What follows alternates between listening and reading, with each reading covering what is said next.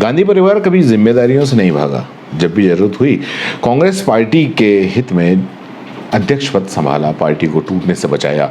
टूटने के बाद बनी दूसरी कांग्रेस को असली बनाया। पहली बार 1969 में जब निजलिंगप्पा ने इंदिरा गांधी को पार्टी से निष्कासित कर दिया था, तब इंदिरा ने कांग्रेस आर बना लिया और 1971 की जीत के बाद में कांग्रेस ओ खत्म हो गई।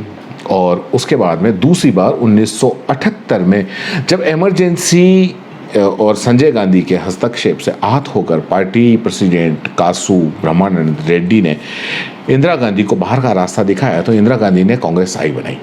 बाद में फिर वही हुआ, दूसरा धड़ा धड़ाम से गिरा और वापस आ गया। ये तो विद्रोह वाली स्थितियां रही।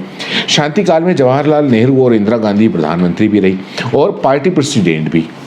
गांधी परिवार के अलावा पट्टाभी सीतारमैया 1948 से 1949, पुरुषोत्तम दास टंडन 1950 में रहे और यूएन धेबर 1955 से 59 तक रहे। नीलम संजीव रेड्डी 1960 से 63 तक रहे।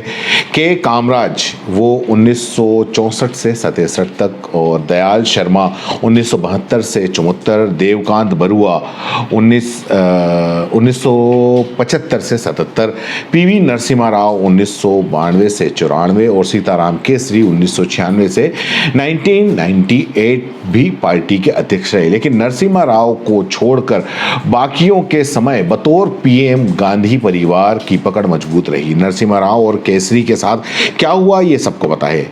ऐसी ही खतरनाक मोड़ पर आज कांग्रेस पार्टी खड़ी हुई है, राजस्थान के इस उठापटक की वजह से।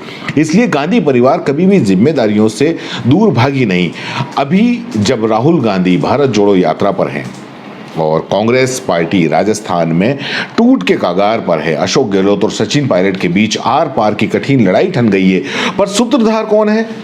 क्या गांधी परिवार ही है? ये स्क्रिप्ट के हिसाब से है या नहीं मुझे नहीं पता, लेकिन कुछ टाइमलाइन से क्लियर हो सकता है। 7 सितंबर को राहुल गांधी ने 3500 किलोमीटर लंबी यात्रा भारत जोड़ो यात्रा का आगाज किया। कन्याकुमारी से लेकर कश्मीर तक की ये यात्रा 5 महीने चलेगी। मतलब ये तय था कि इस बीच कांग्रेस अध्यक्ष के चुनाव की प्रक्रिया पूरी हो जाएगी। 30 सितंबर तक नामांकन दाखिल करने की स्थिति की तारीख रहेगी और 17 अक्टूबर को चुनाव होने हैं और 19 को रिजल्ट आ जाएगा। भाजपा के खिलाफ जब इतनी बड़ी यात्रा का आगाज राहुल ने किया तो यही माना गया कि वो राष्ट्रीय नेता के तौर पर अपनी स्थिति को मजबूत करेंगे, जिससे कांग्रेस का राष्ट्रीय अध्यक्ष बनने की राह भी आसान हो जाएगी।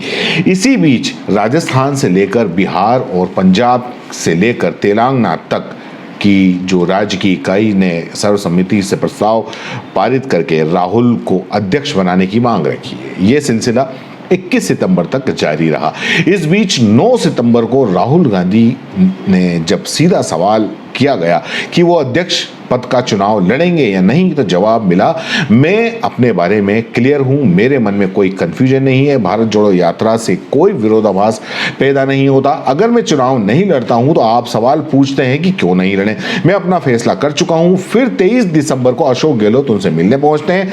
मिलने के बाद अशोक गहलोत ने बताया कि राहुल गांधी ने साफ किया है कि गांधी परिवार से कोई पार्टी प्रेसिडेंट नहीं बनेगा, इसलिए मैं पर्चा दाखिल करूंगा। इतनी साफ गोई से राहुल गांधी खुद भी सार्वजनिक मंच के जरिए ऐलान कर सकते थे, लेकिन ये बात निकल कर आई और किसके मुंह से आई? अशोक गहलोत के मुंह से। अब क्या राहुल को रेस में लाने की तैयारी हो रही है?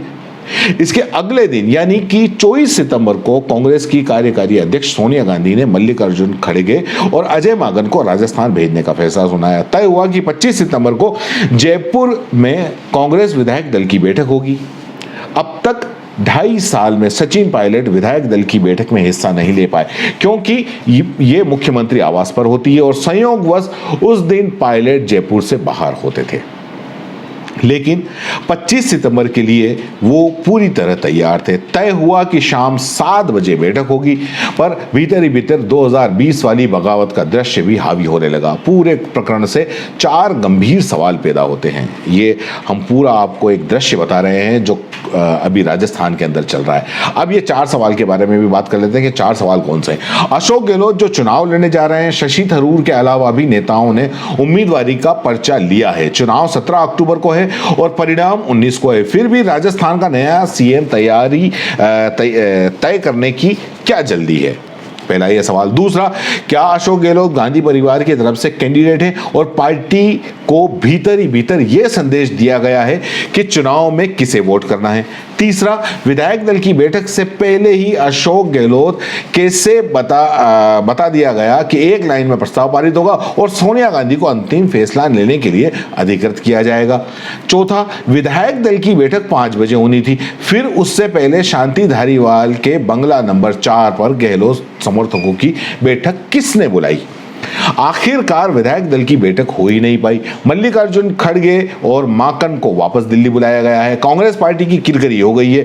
गहलोत समर्थक लगभग 70 विधायकों ने इस्तीफा सौंप दिए हैं। वे गहलोत या उनके समर्थक को नया सीएम देखना चाहते हैं। रिपोर्टर्स जो है, जितनी भी रिपोर्ट्स आ रही हैं, उनके मुताबिक सचिन पायलट और अशोक गहलोत को दिल्ली बुलाया गया है। मतलब सीन जुलाई 2020 वाला है, जब पायलट की बगावत को शांत करने के लिए गांधी परिवार ने दिल्ली में बैठक बुलाई थी। कुल मिलाकर कांग्रेस पार्टी के सामने बड़ा संकट पैदा हो गया है। राजस्थान में अगले साल चुनाव होने हैं। पंजाब में इससे पहले गुटबाजी के कारण दुर्गति हो चुकी है कांग्रेस की।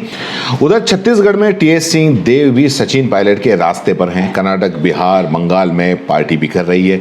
पूर्वोत्तर हाथ से खिसक चुका है। 2024 की लड़ाई सिर पर है। नीतीश कुमार, लालू यादव की मुलाकात सोनिया गांधी से हो चुकी है। विषम परिस्थिति है पार्टी में भी और देश के सामने भी। राहुल गांधी डटकर भाजपा का मुकाबला कर रहे हैं, ऐसा कांग्रेस मानती है। फिर रास्ता क्या बचता है? अभी भी नॉमिनेशन में 4 दिन बचे हैं। राहुल गांधी पर्चा भर सकते हैं या पार्टी में संकट बढ़ता गया तो चुनाव से ठीक पहले सारे उम्मीदवार बैकआउट भी कर सकते हैं और राहुल का रास्ता साफ हो सकता है। अब यह नहीं पता कि रास्ता बनाया जा रहा है या परिस्थितियां उस ओर धकेल रही हैं।